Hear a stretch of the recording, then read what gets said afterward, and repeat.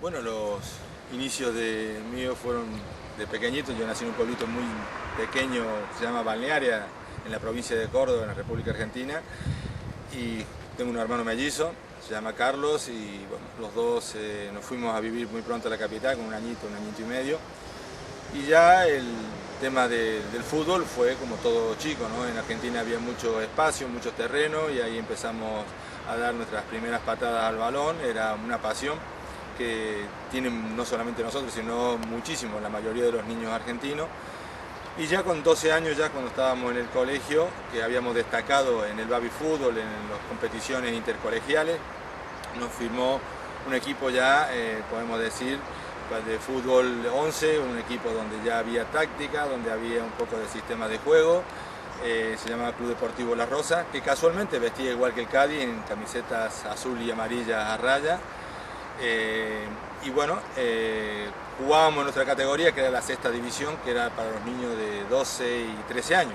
Pero también jugábamos en quinta división al día siguiente, porque faltaba en efectivo, y eso hacía que fuésemos progresando dentro de nuestro propio club y ganándole tiempo al tiempo, ¿no? Jugando con chicos mayores que nos ofrecían mayor resistencia.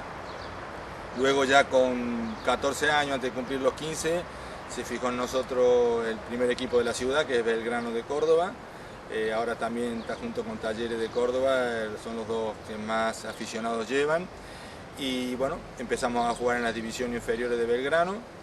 Y yo tuve la suerte que antes de cumplir los 17 años, Yamil Sime, un técnico que, bueno, muy laureado en Argentina, que fue un excelente futbolista, me hiciera debutar en primera división, ¿no? Y jugamos ese campeonato regional que daba opción a jugar el nacional para enfrentarnos a los equipos de la AFA, a los equipos de Buenos Aires, donde monopolizaban el fútbol nacional.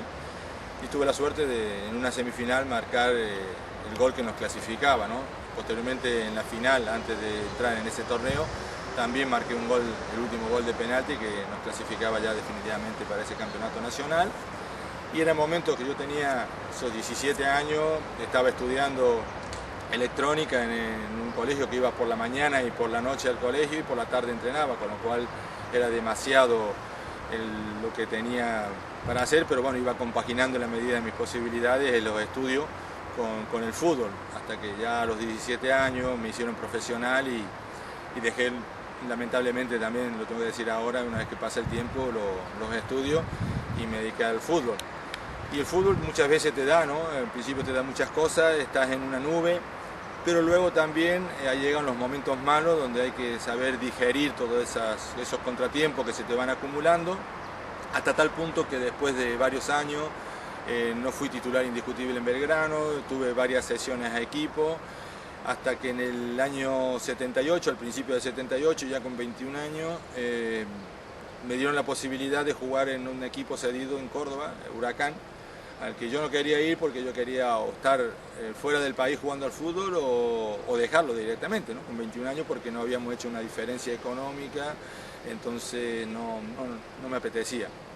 Y bueno, al final un técnico me convenció para que fuera, para que jugara esa temporada en Huracán, y con la fortuna de que me salió una temporada excepcional, jugando incluso en un puesto que no era el mío, pues yo jugaba de pivote defensivo, me pusieron de interior, jugando un poquito más adelante, y tuve la suerte de marcar muchos goles, y salió la posibilidad de venir a España, justamente, unos representantes que se llaman los hermanos Candalaf, que son sobrinos del hombre que me sacó, de Yamil Sime, y también eran amigos de Roque Olsen, que era el técnico que estaba en el Cádiz en esos momentos, en la temporada 78-79.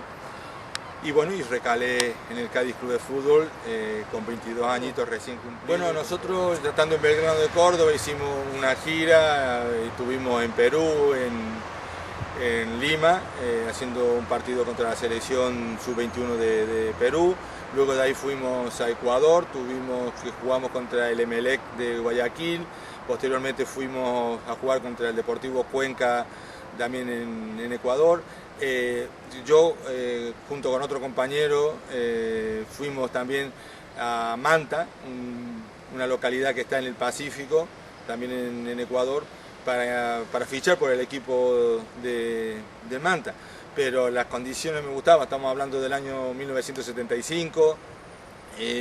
Había mucha suciedad, no estaban las cosas acondicionadas, nosotros teníamos un nivel de vida, no que fuésemos ricos ni muchísimo menos, pero en Argentina se vivía de una forma buena. Teníamos, claro, ir a un sitio fuera de tu casa para no estar a gusto no me sedujo la idea. Entonces la idea era de si salía algo en Chile o algo en Europa. Muchos compañeros míos ya habían venido a España, varios de ellos, Hugo Módigo, que estaba en el Sevilla del año 75, Tatín López, uno de los chicos que firmó en el Deportivo de La Coruña, Pavón, otro que estuvo, un lateral izquierdo que estuvo en el Alavés junto con Paco Baena y con Jorge Valdano. Entonces la idea era esa, la posibilidad de jugar fuera o dejar el fútbol. Tampoco a mí no me dejaba, me quitaba el sueño la idea de venir a Europa, ni mucho menos. Simplemente, mirá, si se daba la posibilidad, bien, y si no, no pasa absolutamente nada, me dedico a otra cosa y ya está. Bueno, en un momento de mi carrera, estando en Huracán, quiero recordar que era un sábado, concretamente, que terminábamos el entrenamiento. Al día siguiente jugaba frente a mi ex equipo, a Belgrano de Córdoba. Y ese día el entrenador, se llamaba Augusto Fumero, me dice: Hugo, ¿tú vas a estar en tu casa esta tarde? Digo, sí, después por la noche teníamos que concentrar. Y justamente al mediodía llegó un señor, un ex directivo de Belgrano, que era muy amigo nuestro, y yo estaba en casa, era el mediodía, estábamos almorzando con mi padre, mi madre, incluso un amigo y un tío que estaba en casa, porque mi hermano Carlos se había ido a jugar a Belleville, jugaba con un equipo donde estaba el hermano de Mario Kempe, Hugo Kempe. Entonces yo ya no lo vi, se fue el viernes, y el sábado al mediodía llega este señor y me dice que: Hugo, te tengo que dar una noticia. Y viene un poco serio, ¿no? Yo me preocupé un poco porque digo, ¿qué ha pasado? Me dice: te vas a jugar a España. Claro, y eso, en ese momento, entro en mi casa, mis padres estaban en la cocina y demás, y le comento, ¿no? Digo: Peluchito Más, que ha venido y me ha dicho que me voy a jugar a España. Claro, mi padre no hubo que hacer la puerta más grande porque no entraba del orgullo, ¿no? Pero mi madre estaba con lágrimas en los ojos porque justamente tenía 22 años recién cumplido, y venirme a Europa significaba alejarme de todos ellos, ¿no? Pero bueno, resulta que por la noche arreglamos unos temitas que tenían que arreglar. Me concentré un poco más tarde con el permiso del entrenador porque ya estaba en el tema. Al día siguiente jugué contra Belgrano, en campo de Belgrano, ganamos 1-3 y marqué el primer gol. O sea que fue una despedida apoteósica, y realmente esa misma noche fui para Buenos Aires. De Buenos Aires arreglamos el pasaporte el lunes, el martes por la mañana salía al mediodía para España, llegué el miércoles aquí a Cádiz, y claro, esa misma noche jugábamos contra un equipo portugués el partido de presentación del equipo, y a la semana siguiente se jugaba el Carranza, porque antes el Cádiz no jugaba, si no estaba en primera división no participaba en el trofeo Carranza. Y esa misma noche, después de casi 72 horas sin dormir entre una cosa y otra, me dijeron: bueno, ¿quieres jugar? Yo le dije que sí, que no tenía problema. O sea, eran 22 añitos, un poco de responsabilidad podemos decir, y mucho de ilusión. Me hicieron jugar, entré en el segundo tiempo, y bueno, y al presidente en ese momento, don Manuel Irigoyen, le gusté mucho, porque incluso fuimos a cenar después del partido y él ya quería firmar el contrato. Yo venía a prueba, y el que dijo que esperara un poco era el propio entrenador, Rocky Olsen, que quería conocer más mis condiciones futbolísticas, ¿no? Y así tuve a prueba hasta que a la semana siguiente dio el ok Rocky Olsen, y bueno, y aquí estoy después de 32 años, ¿no? O sea que, y realmente cuando yo llego a Baraja, escucho hablar, pero claro, yo he llegado a España, pero había un grupo de gallegos que estaban embarcados y que venían a sacarse, que venían de estar embarcados para ir a su pueblo natal, y yo no entendía nada. Decía: yo estoy en España, ¿dónde estoy? Claro, estaban hablando en gallego, yo no atajaba nada, ¿no? Entonces fue la primera sensación. Y al llegar a Cádiz, espectacular. O sea, llegué un día como hoy de verano, sobre un 20-21 de agosto, y claro, ver las palmeras, ver la ciudad, y yo dije: ¿dónde hay que firmar? Yo firmo hasta en un papel de diario. O sea que realmente me impresionó muchísimo, muy gratamente, y porque se trata de una ciudad espectacular. Bueno, en lo personal y en lo profesional me dio la vida, o sea, yo llego a Cádiz con una edad muy temprana, dejo una familia atrás, dejo muchos amigos atrás, pero aquí me veo recompensado total y absolutamente. O sea, Cádiz, los comienzos tampoco fueron demasiado buenos, pero poco a poco las cosas fueron cambiando. Como te decía, Rocky Olsen, el técnico, en un principio cuenta conmigo en esa primera temporada. Yo firmo por 3 temporadas en lo deportivo y empiezo algunos partidos bien, otros partidos regular, otros partidos mal en la primera temporada como de adaptación, pero no entro en lo que es la idiosincrasia de lo que quiere el técnico. Un técnico que le gustaba mucho los jugadores de fuerza, de correr, de marcar, de presionar, y no era realmente el estilo de juego que tenía yo. Yo en Argentina jugaba de pivote, pero de un pivote como un libre por delante de la defensa, o sea, marcas zonales, tácticamente ordenado, tenía muy buen golpeo de balón, eso a mí me facilitaba de no tener que correr tanto, porque si corre la pelota, ¿para qué voy a correr yo, no? Y justamente no entramos, no congeniamos al final, y en la segunda temporada hizo la falta la plaza de extranjero, porque necesitaban un delantero, y vino Lalovic con mi consentimiento. O sea, en aquella época todo el mundo pedía dinero para ceder la plaza de extranjero. Yo entendía que Cádiz me estaba dando mucho a mí en todos los aspectos, con lo cual no reclamé absolutamente nada. Di la plaza de extranjero, me fui unos 2 meses a Argentina de vacaciones porque todavía me restaba un año de contrato. La temporada 80-81 me quedaba de contrato. Vuelvo de Argentina antes de comenzar las vacaciones de los futbolistas, que era en el mes de junio.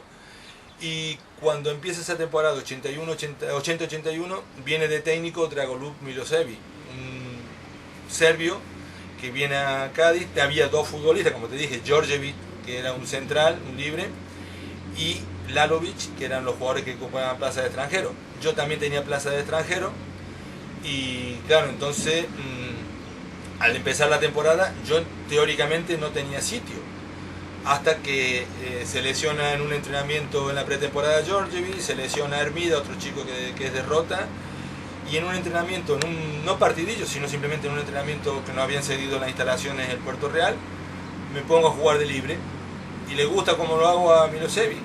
Jugamos un partido amistoso en el mismo campo del Puerto Real, frente al equipo del Puerto Real, y juego de libre, y ya le convenzo. Y entonces empiezo ya en el trofeo Carranza de ese año.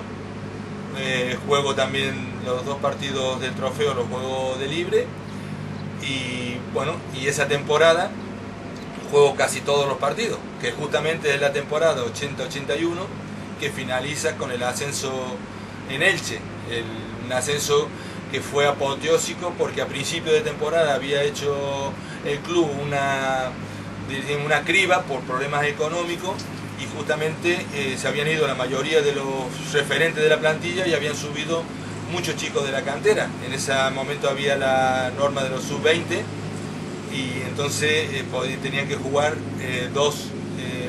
1 o 2 futbolistas obligatoriamente, pero el Cádiz en esa temporada tenía hasta 5, con lo cual no había ningún tipo de problema.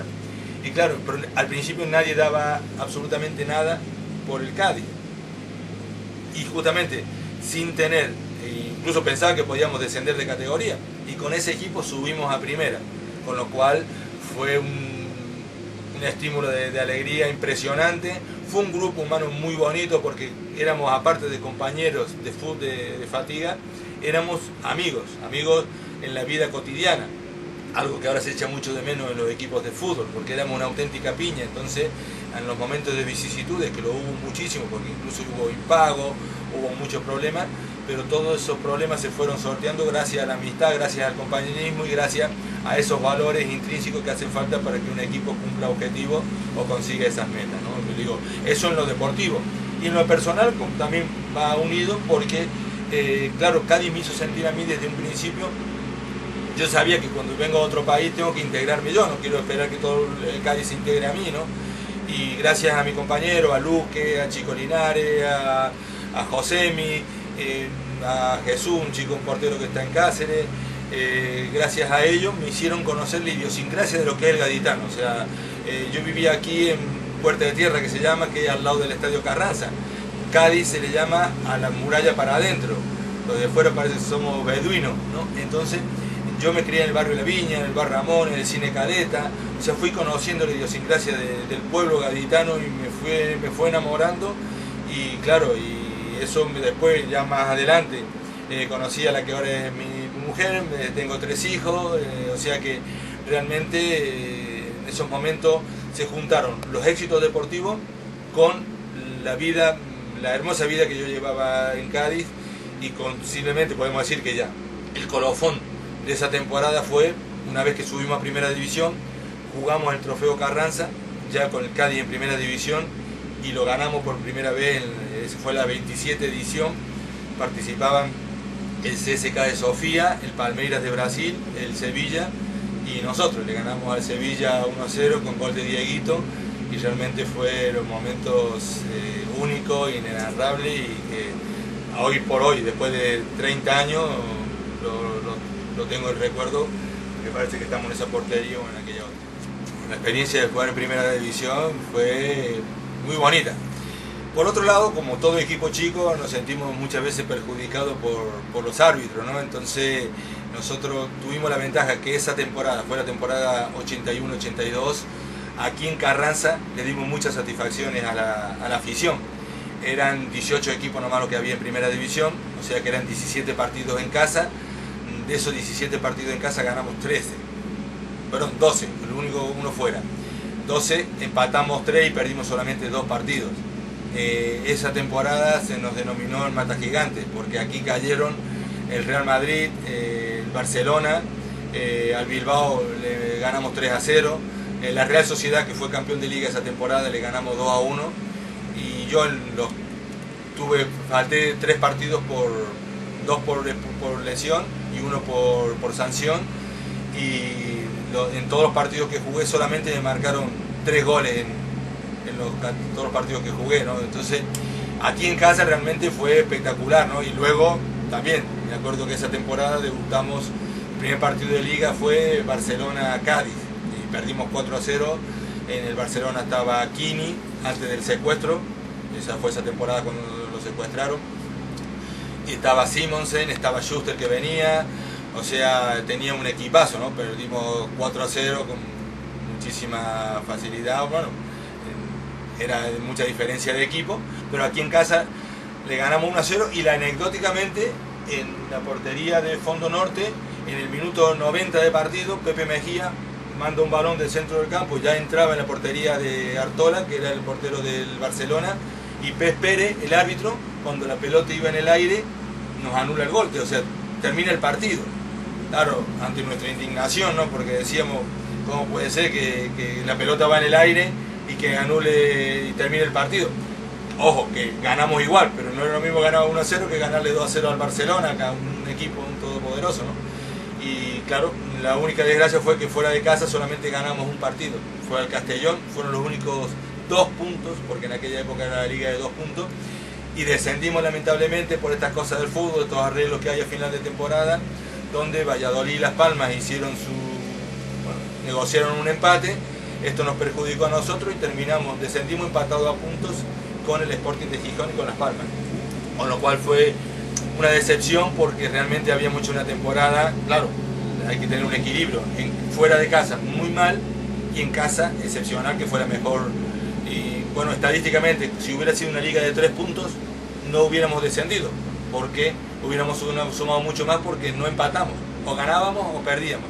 Con lo cual hubiéramos tenido 39 puntos de las 13 victorias, más los 3 empates hubieran tenido 42 puntos y nos hubiéramos salvado. Bueno, yo tengo una relación muy buena con Manuel Dirigoyen, y el que sigo teniendo porque fue con mi padre deportivo, ¿no? Dejé mi padre en Argentina y encontré otro padre aquí, deportivamente hablando. Y bueno, hablamos de ese año de Primera División, ese año de Primera División también fue un poquito comprometido, porque en aquellos momentos había reivindicaciones por parte de la AFE.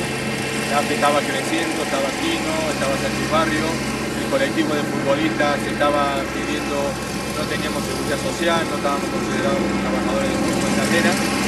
Yo era el portavoz del Cádiz y a mí Irigoyen me decía que yo era sindicalista. Hubo una huelga, Irigoyen quería que el Cádiz tuviera peso específico dentro de la Federación Española con Pablo Porta, que era el presidente. Y claro, hubo una huelga que cuando íbamos a viajar a Las Palmas, que fue cuando el Madrid jugó frente al Castellón, donde aparecieron Michel, aparecieron toda la quinta del Buitre, que eran los del Castilla que jugaron con el primer equipo. Nosotros teníamos que ir a Las Palmas jugaba el sábado, teníamos que salir el viernes, por lo cual nosotros éramos el primer equipo que jugaba en esa hipotética huelga, entonces de nosotros dependían también que la huelga fuese a tener cabo. Lo único que pedíamos era tener la seguridad social y tener un fondo de garantía, simplemente ser considerados trabajadores por cuenta ajena. Claro, si rompíamos la huelga, Irigoyen se apuntaba una medalla muy grande en la federación y desde ahí luchaba por el Cádiz. Nosotros éramos el impedimento. Yo le dije que nosotros no es que fuese mala huelga, nosotros éramos solidarios con un colectivo que estaba pidiendo cosas buenas para los futbolistas.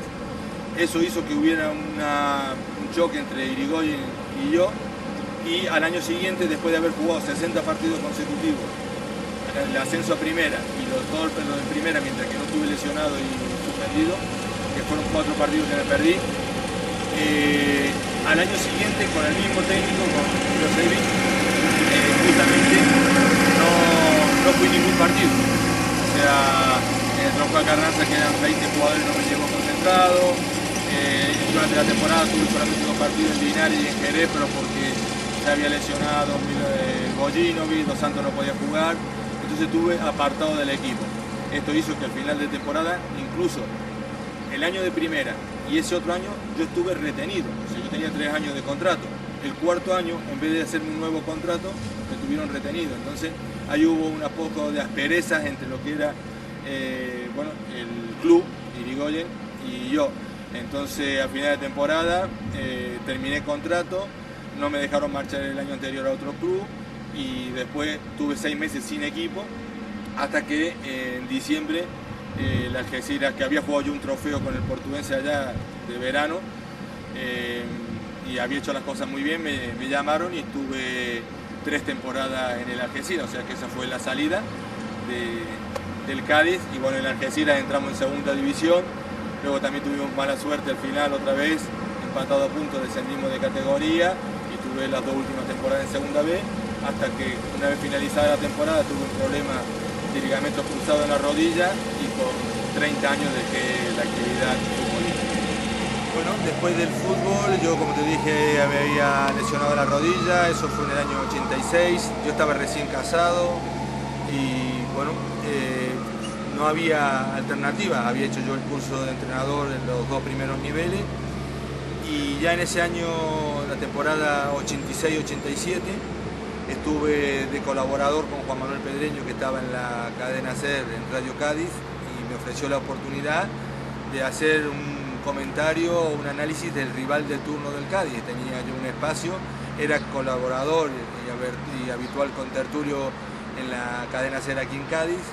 Y esa temporada, de forma altruista totalmente, estuve en los medios de comunicaciones, ¿no? Que fue el gusanillo que empezó a crecer en ese momento con el tema de la información deportiva. Y creo que fue una inversión que hicimos, o sea, porque, bueno, como pasa ahora con un becario, con un chico que quiera empezar de nuevo en periodismo, a tener que hacer las cosas de forma altruista, ¿no? Pero a mí me sirvió de mucho porque el nombre de Hugo Vaca no se perdió, ¿no? Entonces eso era mi mayor pensamiento en ese momento, era que el nombre siguiese sonando, o sea, a costa de estar mal económicamente, porque si ya en el Cádiz habíamos estado cobrando un poco y mal, cuando etapa en el Algeciras idem de idem, o sea, hubo mucho impago, hubo hasta encierro por falta de pago, algo que actualmente hay muchos equipos, pero que ya hace 30 años también sucedían estas cosas.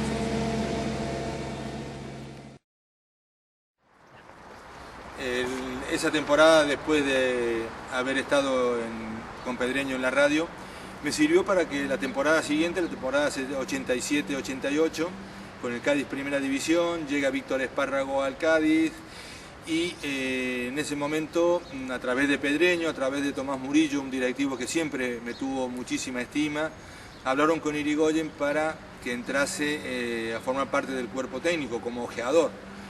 Irigoyen, que por un lado me quería como un hijo, pero que por otro lado me había defenestrado en cuanto a ese último año en el Cádiz, pero seguía conservando un cariño especial hacia mi persona, hizo que, bueno, que entrara en el cuerpo técnico. Recuerdo que en ese año 87-88 entré por 15.000 pesetas, ¿no? Y bueno, pero lo importante era estar dentro de lo que es el staff técnico para ir a ver futbolistas, sobre todo de divisiones inferiores, chicos jóvenes, futuras promesas y demás. Con la gran fortuna que 20 días después de entrar hay un problema en la directiva, se separa la directiva, una parte de la directiva se va, con esa parte de la directiva se va también el secretario técnico, el gerente que estaba en ese momento, Ramón Tejada, y queda un sitio vacío en lo que era el nexo entre lo que es el cuerpo técnico, en lo que es la plantilla y lo que es la junta directiva en aquellos momentos, porque eran clubes de fútbol, no son sociedades anónimas deportivas como ahora. Entonces Víctor Espárrago pidió a una persona para ocupar ese sitio. Le ofrecieron mi nombre, tuvimos una reunión y bueno, y concordamos y hablamos ya y empezamos a trabajar. Con la gran fortuna que ese año yo hacía también, tenía que hacer los informes del equipo rival a lo que se enfrentaba el Cádiz. Empezó la temporada, el Cádiz perdió aquí 0-4 con el Real Madrid, pero fue un partido muy bueno, el resultado no reflejaba lo que había pasado, porque habíamos tirado, creo que en el primer tiempo, más de 10 córneres al Madrid, lo que pasa es que no concretábamos. Ese día yo tenía que ir a buscar los informes, hice el informe del Mallorca, el del Sabadell y el del Logroñés, y justamente las 3 primeras salidas del Cádiz contra esos equipos se consiguieron victorias. Fue la mejor temporada del Cádiz en la historia en primera división porque quedó en el 12º puesto. Entonces ese feeling que se creó entre Víctor Espárrago, el profe Turren, que estaba de preparador físico, hizo que me subieran la labor. Ya me hicieron director deportivo del Cádiz y con 31 años recién cumplido, una edad que todo el mundo está jugando al fútbol, yo ya estaba en las labores, diríamos, de despacho y con un Cádiz en primera división, con la gran fortuna que tuvimos 6 temporadas más consecutivas en primera división. De las 8 que tuvo el Cádiz consecutivas, yo como director deportivo estuve en 6 de ellas, con lo cual se te hincha el pecho de ahora, después de las vicisitudes y de los problemas que están sucediendo, y que en aquellos momentos, incluso estando en primera división, éramos criticados, porque la afición es así, la afición siempre tiene la crítica por bandera. Creo que también es muy importante que la afición sea crítica, porque los elogios muchas veces te hacen ser más débil y las críticas te fortalecen y te hacen estar, y bueno, y no decaerte, no creerte que ya lo has hecho todo, y simplemente la crítica te hace que día a día sigas mejorando, ¿no? Y creo que la crítica es importante siempre, que sea una crítica correcta, que sea una crítica constructiva y que no haya insultos ni haya malos modos, ¿no? Pero realmente, a pesar de estar en primera división, muchas veces nos preocupaba porque recibíamos bastante crítica, ¿no? Y ahí tuve 8 temporadas en el Cádiz hasta que llegó una nueva directiva y se rompió todo. Lo más bonito de esta etapa fueron las promociones. Hubo donde el Cádiz se fue erigido como uno de los equipos más simpáticos de España, en una medida también gracias a Michael Robinson, en sus comentarios en Canal Plus, donde hablaba de que el Cádiz en las promociones, el equipo que le tocara al Cádiz no tenía ninguna chance, y eso hizo que el Cádiz hiciera un poquito el equipo simpático de España, porque incluso también coincidió con que el Betis bajó a segunda división, que era otro de los equipos queridos en España, y el Cádiz fue el segundo equipo de todo el mundo. Tú eras del Barcelona y del Cádiz, eras del Madrid y del Cádiz, eras del Bilbao y del Cádiz, o sea, que era España tenía como segunda camiseta la azul y amarilla, sobre todo aquella de los piquitos, que fue muy comentada y que la que usaba Kiko en su día, Kiko, el equipo donde perteneció Kiko Narváez, y que creó polémica aquí porque decían que era una chirigota, pero que en el resto de España es una camiseta que lució mucho y que gustó mucho a todo el mundo. Entonces, lo más importante, creo, el culmen de eso fue las 2 promociones. La promoción con el Málaga, que se había perdido en Málaga y se ganó por los penaltis, donde Sendrey consiguió detenerle el penalti a Antonio Mata primero y posteriormente a Emilio en los desempates ya. y la promoción del año siguiente en Figuera, ante Figuera de Alessandro, donde está Tintín Márquez, donde está ahora mismo justamente el segundo de Guardiola, y donde está Lobito Carrasco, con Jorge de Alessandro de entrenador, y creo que fueron los momentos más importantes. Incluso el bajar de categoría al año siguiente no fue tan traumático porque el Cádiz vivía y había que siempre traspasar al mejor jugador que teníamos para poder llegar a equilibrar un poco el presupuesto. En su día se vendió, el primero fue Francia al Español de Barcelona, la temporada 88, en el año 88, después Villa al Málaga, después fue Cortijo al Sevilla, después fue Calderón al Mallorca, después fue José al Mallorca, hasta que al final se fueron Kiko, Quevedo al Atlético de Madrid, Arteaga al Español, que entró mucho dinero en el club, pero solamente servía para cubrir el presupuesto. Pero ¿qué pasa? El equipo se iba debilitando, al irse la mayor figura y al no tener posibilidades. Y después te queda también la satisfacción de que futbolistas que hicieron época, que primero cuando los traje fueron criticados, pero posteriormente se hicieron ídolos de la afición, como Pepe Sendrey, que vino con más de 30 años al Cádiz, cuando Jaro se fue al Málaga, y me criticaron muchísimo. Después me dieron la razón. Con de Articia pasó un tanto de lo mismo, con Mario Tilico pasó otro tanto de lo mismo, con Mario Usillo también otro tanto de lo mismo. Futbolistas que llegaron en silencio y después dieron mucho al Cádiz Club de Fútbol.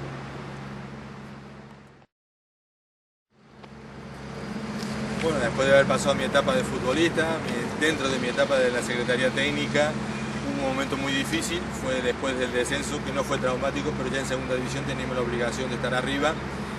El equipo estaba bastante desmantelado después de haber seguido, como dije, Kiko, Quevedo, Arteaga, que fueron los tres últimos. Y volví a Colin Addison, un entrenador que había hecho una cosa muy importante en el Cádiz. El equipo empieza mal, empieza perdiendo en Compostela, con el Compostela aquí en casa 0-2. La gente ya empieza a tener dudas sobre el equipo. Y a la séptima, octava jornada, Colin Addison por un problema familiar se tiene que marchar. Estaba la posibilidad de que viniera un entrenador canario que estuvo aquí viendo al equipo, se llama Álvaro Pérez, y era el entrenador que en un momento dado quería Manuel Irigoyen, que era el presidente de la entidad. Pero los futbolistas en sí, y sobre todo Lorenzo Buenaventura, el preparador físico que está ahora en el Barcelona con Guardiola, que lo traje yo de cuando era recién salido de INEF, me dice: Hugo, los jugadores quieren que sea tú el que dirija el equipo. Yo ya tenía el título nacional de entrenador, que lo había conseguido en el año 91.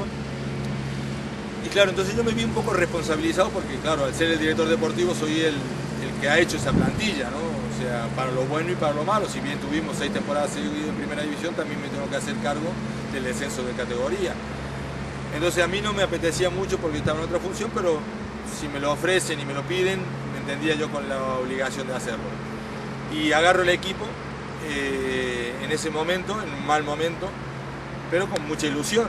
Y bueno, en principio estoy 7 partidos, los 3 primeros empatamos en Palamos, íbamos ganando 0-1, nos empatan en el minuto 95, venimos a casa con el Barcelona B, empatamos también a un gol, en aquel Barcelona B donde tenía Ekelund, tenía el hijo de Cruyff, estaba Sergi, o sea, un equipazo. Y bueno, y en el minuto 90, 89-90 también una falta de José Mari, de Pepito, hermano de la niña Pastori, que venía del Real Madrid B, mete un tiro al travesaño, que podría haber sido el 2-1. También perdemos otra oportunidad. A la semana siguiente vamos a Badajoz, el Badajoz con Boronat no había perdido ningún partido, íbamos ganando 0-2 y también nos empatan en los minutos finales. Y así, entonces un cúmulo de despropósitos del equipo, que le faltaba ese poquito de moral. Vamos a Eibar, hacemos un partidazo en Eibar, se lesiona Terente Fernández, que era el árbitro, y cambia radicalmente, no sale, se queda en el campo pitando, pero ya de una forma mucho más condescendiente para el Eibar, y nos pita un penalti, nos expulsa a Estima, y hay un cúmulo de despropósitos, y entonces perdemos los otros 3 partidos. Viene Tomás Jiménez Moreno de árbitro para jugar con el Leganés aquí, íbamos ganando 1-0, después Vivar Dorada mete los 2 goles, en fuera de juego los 2 goles, nos anula un gol a nosotros. Claro, y entonces me dice Irigoyen que cuando ya estaba el Atlético de Madrid también con las acciones compradas, que desde Madrid lo están apretando a él para, digo, no, conmigo no tiene problema, yo pongo el cargo a disposición y ya en la séptima jornada, después de perder con el Leganés 1-2 aquí, dejo el banquillo, ¿no? Con un sabor muy agridulce porque era, aunque no ganamos ningún partido, hicimos un buen fútbol y lo que es la gente, el aficionado, lo supo reconocer. A mí en ningún momento en los 7 partidos que tuve me criticaron ni nada, pero el destino del fútbol son resultados, o sea, vos podés jugar muy bien, pero si no ganas, no te vale de nada. Entonces, queda esa experiencia. Yo realmente, aunque tengo el título de entrenador nacional desde el año 91, nunca he ejercido porque creo que para ser entrenador hay que tener también un carácter especial. Entonces te tenés que poner en una burbuja y que te reboten todas las cosas. Y como yo todavía no tengo esa burbuja, por eso no he dejado y siempre me he dedicado más, como ha tenido mucha más referencia en la Secretaría Técnica y lo que me ha dado los mejores éxitos de mi vida. Está junto a Javier Franco. Hola, muy buenas tardes. Como bien decía Miguel Ángel, con Hugo Vaca, el hombre que debutó el partido pasado frente a la Palamós. Primer partido hoy como entrenador local. Hugo, una responsabilidad mayor. Bueno, responsabilidad es la misma. Yo creo que tenemos que tener la confianza suficiente porque ahora los que tienen que estar responsabilizados son los futbolistas. Una responsabilidad lógica de un partido de fútbol, nada más, sin tanto dramatismo. ¿Tiene nervios Hugo Vaca de que haya otros entrenadores en la grada presenciando el partido? No, yo simplemente intento hacer una labor para el club. La labor es de recuperar un poquito a la gente y si mañana viene un entrenador o la semana que viene o dentro de un mes viene un entrenador, tener el equipo en la mejor forma posible, con la moral lo más alta posible y si puede ser también que esté en unos puestos de cabeza donde se esté luchando por el ascenso y que esté en unas condiciones ideales para que pueda trabajar con tranquilidad el técnico que venga. Algunos dicen que si el Cádiz juega como jugó el pasado domingo en Palamós, se va a divertir el público muchísimo, Hugo. Lo importante es jugar al fútbol, que la gente, ya ha dicho ayer, que el reclamo de la gente no tiene que ser un eslogan publicitario, el reclamo de la gente tiene que hacerlo los propios jugadores con lo que desarrollen en el campo. Si el equipo juega bien al fútbol, la gente viene sola al campo. ¿Qué es lo que más te preocupa de tu rival de hoy? Es un gran equipo, gente técnicamente muy buena y posiblemente sea de los pocos equipos en España, como todos los filiales, que jueguen sin esa presión tan grande que tienen todos los equipos. Suerte. Bueno, yo creo que el gusanillo me entró en esa temporada 86-87, donde estuve con Manuel Pedreño, como te dije antes de nacer, pero realmente donde ya entro de una forma ya más crematística, podemos decirle, dentro del periodismo es cuando hago los comentarios de los partidos retransmitidos los sábados por la noche que daba la Autonómica.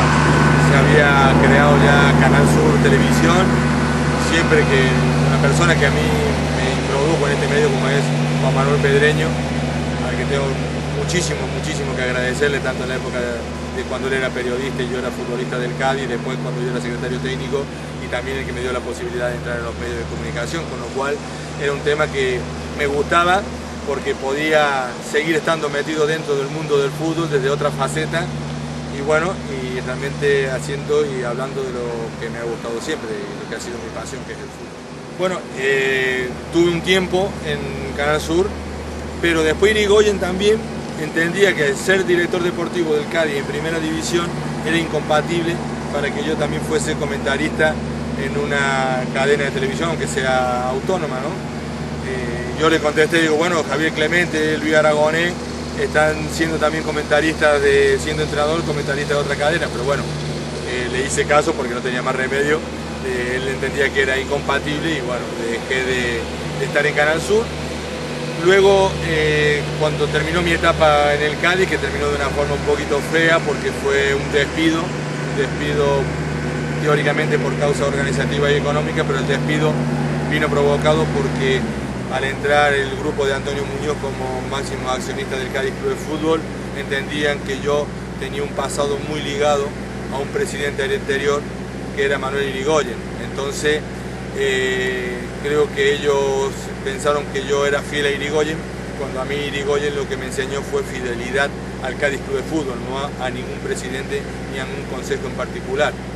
Pero bueno, este tema de la sociedad anónima también traen eso y a partir de ahí estuve 2 años en el Jerez Deportivo también como director deportivo y en el año 2000, estando en el paro, surgió la posibilidad de que abrió una cadena de televisión en Cádiz, Ondaluz Televisión.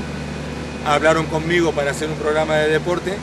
Le presenté yo un proyecto de lo que yo entendía que podía ser un programa de deporte, que tampoco no es nada del otro mundo. Yo creo que en esto está todo inventado. O sea, aquí está el que tenga más medios o menos medios, pero dentro de los medios que hay, hacer las cosas con dignidad.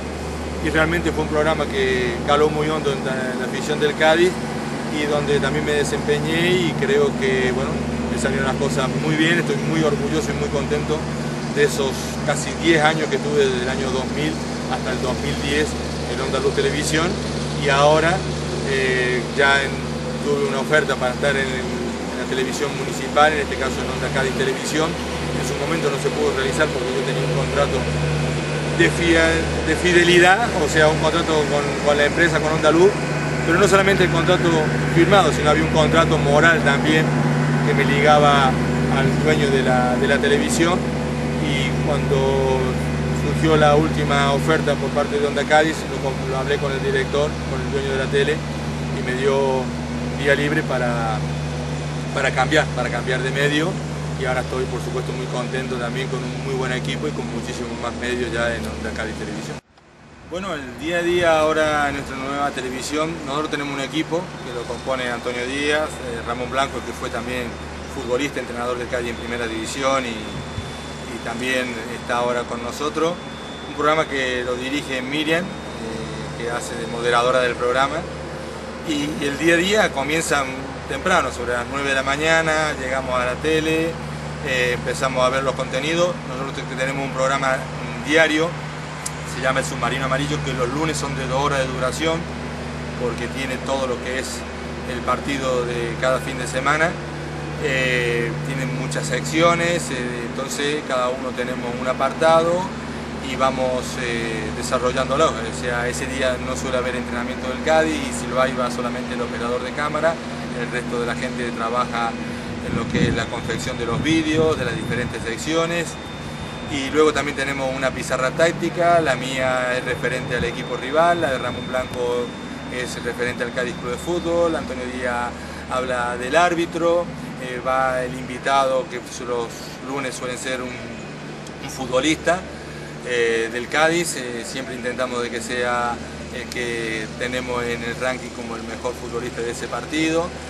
Y en definitiva empieza muy temprano, y la hora de grabación, porque los programas por temas de personal se graban entre las 6:30 y las 8:30 de la tarde el lunes, y a partir de ahí, ya te digo, o sea, terminamos sobre las 2, 2:30, vamos a comer, volvemos a las 4, 4:30, y ya hasta que termine la finalización de la grabación del programa. Eso los lunes. El martes normalmente uno de los que estamos en el plató nos separamos también en cuanto a lo que es los descansos. Yo descanso el martes, Antonio Díaz que descansa el miércoles con Miriam, el jueves descansa Ramón, y el viernes ya está otra vez todo el equipo para hablar de la previa, ¿no? Los miércoles con Ramón Blanco tenemos una tertulia que también dura 1 hora, pero que es estrictamente de fútbol. O sea, los demás días siempre puede haber la intervención de algún consejero, de algún directivo, de algún aficionado, de alguna peña, pero los programas de los miércoles es una tertulia de fútbol donde invitamos al plató a ex técnicos, o sea, técnicos, entrenadores en sí, o a ex futbolistas.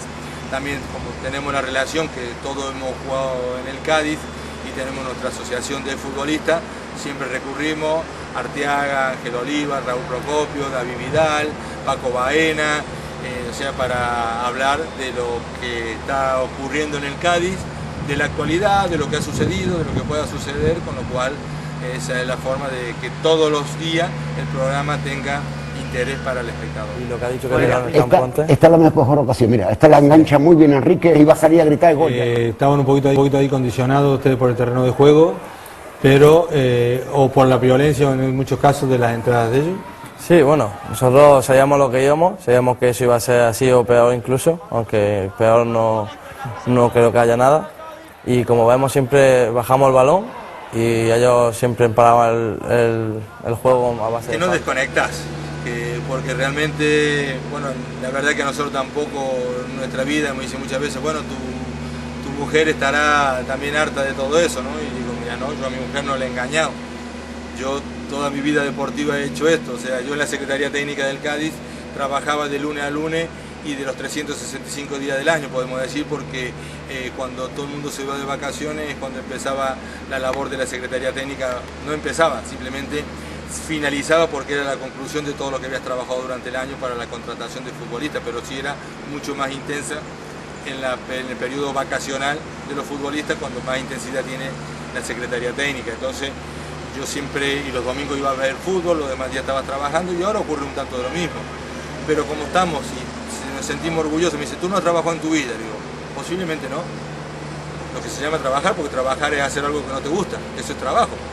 Cuando estás haciendo una actividad que te gusta, eso realmente es muy bonito, y yo me siento muy satisfecho que ahora con 55 años que acabo de cumplir, desde los 17 años que me hice profesional, he vivido en el mundo del fútbol, que ha sido mi pasión, con lo cual me siento un afortunado. Aquí no se trata si has ganado más dinero o menos dinero. Yo creo que soy feliz con lo que he hecho, y aunque no se haya ganado dinero, pero sí tu vida ha sido una vida feliz, ¿no? Y creo que la felicidad y hacer un programa de televisión estando en tu mundo y teniendo un equipo también, creo que lo más importante es que el equipo de trabajo sean buenos compañeros y que se lleven bien. De esta manera se hace mucho más ameno y el espectador lo recibe mucho mejor y se pueden ofrecer. Yo creo que es mucho más fácil hablar, o sea, expresarte, tener mucho más fresco. En cuanto a lo que son los artículos de opinión, para una persona puede parecerle fácil. Lo que pasa es que en un artículo de opinión, yo lo que intento, en mi forma de escribir, es decir cosas que sean importantes, pero también saber a dónde llegan, cómo llegan, porque eso queda escrito. Lo escrito muchas veces tiene que tener mucho cuidado con lo que dice, porque la gente lo guarda. Lo que habla muchas veces lo lleva el viento, pero lo que queda escrito muchas veces, y sobre todo en el fútbol, que es muy fácil equivocar. O sea, en el fútbol no puedes dar una máxima porque lo que hoy es blanco, mañana pasa a ser negro, en 48 horas, solamente por un resultado, porque un balón te dé en el palo, y en vez de entrar salga afuera, tú pierdes un título, pierdes un partido, pierdes una posibilidad. Y muchas veces también se habla de que estás viendo un partido y estás analizándolo, y resulta que si el equipo gana, todos los jugadores tienen un 3. Y si justamente porque el fútbol es así, no ganas, la puntuación de los futbolistas baja. ¿Cómo es posible? Porque la pelota haya entrado o haya salido. Entonces falta muchas veces objetividad, y creo que en este aspecto que yo intento analizar muy bien lo que estoy diciendo, intentar no herir susceptibilidades, como te digo, pero decir cosas que realmente crea y que puedan ser importantes. Una afición con señorío y elegancia. Después de la excelente imagen que dio el Cádiz en el Santiago Bernabéu el pasado sábado, quedan muchas conclusiones positivas. Por ejemplo, la gran sensación de bloque que demostró el equipo jugándole de tú a tú al poderoso en su propio terreno, sin la necesidad de recurrir a acciones violentas para contrarrestar la gran calidad técnica del Real Madrid. La mayor parte del encuentro se desarrolló en su propio campo, presionando la salida, lo que obligó a los merengues a equivocarse. Berizzo reafirmó su clase y sapiencia futbolística bien ubicado, ganando en el juego aéreo y saliendo con el balón bien jugado. Y en el centro del campo, Benjamín, que cortó y jugó, tuvo fuerzas para llegar al área de Casillas con peligro. Estos dos jugadores del Cádiz, con su experiencia en partidos ante rivales poderosos, fueron transmitiendo y contagiando a su compañero estas premisas con la actitud del grupo. Sirvió para ver la mejor cara de los amarillos y poner en evidencia a su rival delante de su parroquia. Se dio muestra de señoría y elegancia en el terreno de juego y en las gradas, con una afición que estuvo sensacional durante toda la jornada, viviendo y haciendo vivir momentos extraordinarios a propios y extraños, al igual que los jugadores que silenciaron a sus rivales. La marea amarilla silenció a la hinchada rival, respondiendo al gran trabajo de los suyos, sintiéndose orgullosa de su equipo y entendiéndola perfectamente que esto es un espectáculo deportivo. Yo creo que es una herramienta importante. El futuro, como hablar como futuro, está la globalización, pero también nosotros en Onda Cádiz, en nuestro programa, sale a nivel mundial, podemos decir, porque tiene una ventana abierta a través de Onda Cádiz Televisión para todo el mundo, con lo cual desde Australia tú puedes ver el programa en directo. O sea que los portales, en este caso internet, ha servido para globalizar todo, para que a mí ahora mismo en Argentina no tenga que estar esperando a hablar por teléfono, puedo hacer una videoconferencia, veo a mi hermano, veo a mi sobrino, veo a toda mi familia, veo a mi amigo directamente. Entonces creo que es una nueva herramienta que sirve para complemento, ¿entendés? O sea, no, pero que decían que con la televisión la radio iba a desaparecer, que va, la radio posiblemente hoy en día tenga más auge que nunca, porque el encanto de la radio, yo entre todos los medios escritos, televisivos, a mí me gusta la radio es mucho más fresca, la radio es mucho más actual, la radio es mucho más dinámica. En una televisión vos tenés otros papeles, porque en la televisión mientras que te maquillan, mientras que te ponen la ropa, mientras que no se te vaya a mover la corbata o la camisa de sitio, tiene que estar con una postura. La radio es mucho más fresca, vos podés estar andando, te pones un micro y vas caminando por el estudio, incluso muchos periodistas en los programas de su casa, a través de la RDCI, con lo cual es otra cosa totalmente diferente, y la radio sigue teniendo un papel preponderante dentro de lo que es el panorama informativo en todos los aspectos nacionales. Bueno, la verdad que ahora mismo nosotros esta temporada no hemos hecho ninguna, íbamos a hacer una y al final se rompió porque el enlace estaba en una zona que no tenía posibilidad de transmitirse, fue el partido del Real Murcia. Las que he hecho yo en otras televisiones, concretamente con Canal Sur, porque hace 2 temporadas estuve yo haciendo los partidos del grupo cuarto de Segunda División B con Jaime Velasco. Nosotros realmente lo que es la labor de preparación, eso lleva todo lo que es la producción de Canal Sur, en este caso, que va con su unidad móvil, con su equipo de cámara. Hay una persona o una serie de personas que organizan todo lo que es el cableado, las cámaras, las posiciones de las cámaras y todo lo que es la infraestructura. Los operadores de cámara llegan, diríamos, 1 hora antes del partido, ven si están todos los niveles bien, lo que es el contraluz, poner bien el calor que le llega a la cámara y demás. Y nosotros, lo que es el narrador y lo que es el comentarista, llegamos también, intentamos llegar 1 hora antes del partido para también contratar las alineaciones, intentar hablar, si es posible, con alguna de las personas de los equipos. Yo cuando se ha hecho esto siempre han sido equipos que no han sido Carranza, con lo cual intentaba conocer cuáles eran las alineaciones, cuáles eran los sistemas tácticos. Ya durante la semana vos vas preparando un poquito, tenés que conocer un poquito a los equipos, las bajas que tienen, las altas que tienen, y luego para cuando tú estés haciendo los comentarios durante el partido y interrupciones del juego, que ahora mismo lamentablemente hay bastantes interrupciones, darle a la retransmisión también ese punto de conocimiento de fulanito, sultanito, diferentes jugadores, cuál ha sido su currículum, cuál ha sido el equipo de procedencia, pero entiendo que eso tiene que ser a cuentagotas. Al público realmente lo que le interesa, según mi criterio, es cómo está jugando el equipo, el por qué se producen esas situaciones, tanto las pérdidas de balón o bien las recuperaciones de balón, cómo se llega por una banda, qué es lo que puede estar fallando, cómo están los sistemas, cómo es la evolución de los sistemas, cómo son, si el sistema, las diferentes opciones, los tipos de marcaje. Creo que eso es lo que es la labor del comentarista. Y el comentarista incluso hacerlo también cosas puntuales, dejar al que está narrando el partido que tenga el peso de la transmisión. Hubo 2, uno que lo hicimos por radio, que estaba el campo lleno, pero el equipo jugaba en el campo de la Universidad de La Palma, ahí con Pedreño y con Ramos Blanco estábamos aquí en Carranza haciéndolo por radio para Canal Sur, que fue un hecho importante que se culminó con el ascenso del Cádiz a Segunda División A, y luego con Canal Sur también hace 2 temporadas los 2 partidos, el que se le ganó aquí por 1-0 al Real Unión de Irún y posteriormente el que se empató allá en el campo del Real Unión y dio también con el Cádiz el otro ascenso a Segunda División A. Y luego en Andaluz no fue en directo, bueno, lo que fue el programa sí fue en directo, iban llegándonos imágenes del ascenso del Cádiz a Primera División, y yo estando en los estudios iban llegando las imágenes, íbamos nosotros comentando el partido a través de lo que escuchábamos por la radio, y también culminó con el ascenso del Cádiz a Primera División. Eso a nivel periodístico, podemos decir, aunque no soy periodista, sí fue una de las grandes satisfacciones que tenemos.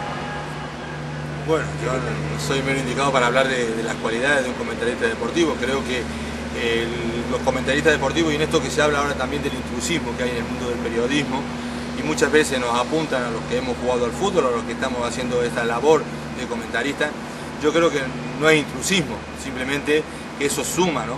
Porque el periodismo tiene una función, creo que es la de informar y de estar muy bien informado y hablar con objetividad y siendo ecuánime, y luego está la otra faceta, la que puede aclarar conceptos, que es la del comentarista deportivo. Yo creo que lo principal que tiene que tener un comentarista deportivo es no ser fanático.